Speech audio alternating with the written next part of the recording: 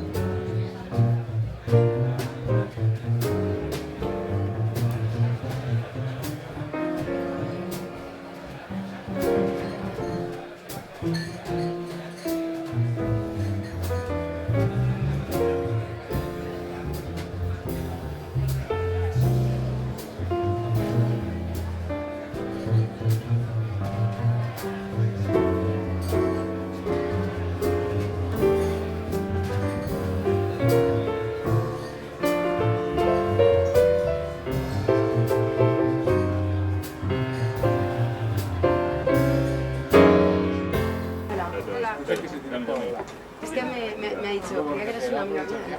Y dice, no, no, Ah, soy una ¿vosotros amiga. también dos latas de Coca-Cola o tres? No, que había todo varios. Que no pensáis en los que no ven el alcohol. Bueno, concierto familiar, porque estamos aquí en familia. ¿no? Supongo aquí que sea más cómodo. La maravillosa vista de la antena parabólica. Qué bonito. Me encantada, es una pared. Que no llueva. Haciendo ya, Tino Gil, Gracias, gracias. jazz piano, piano jazz. Esto me ha castigado porque me ayudó el otro día a llevar los trastos y me dijo, bueno, te ayudo, pero... Interpretación de gran músico de jazz, Tino Gil. De gran series imprevistas. Con